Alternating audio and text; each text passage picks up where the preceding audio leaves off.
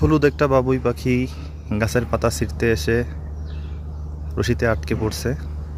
দেখি আমরা তাকে অবমুক্ত করা যায় কিনা। কিরে, তুই কেমনে আটকা পড়ছস?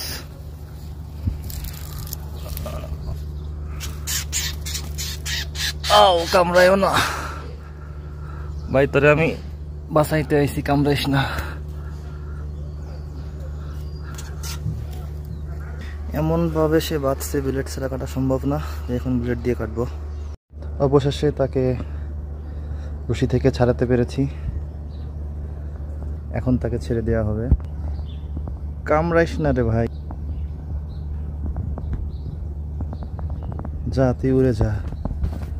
এই উঠতে পারতেছে না, পায়ে প্রচন্ড ব্যথা লাগছে হয়তো। ও যেতে পারতেছে না, ওকে একটু পানি খাওয়াচ্ছি। ওকে এখন চালের উপর ছেড়ে দিই। যা, পায়ে প্রচন্ড পরিমাণ ব্যথা পাইছে, রেস্ট করে চলে যা।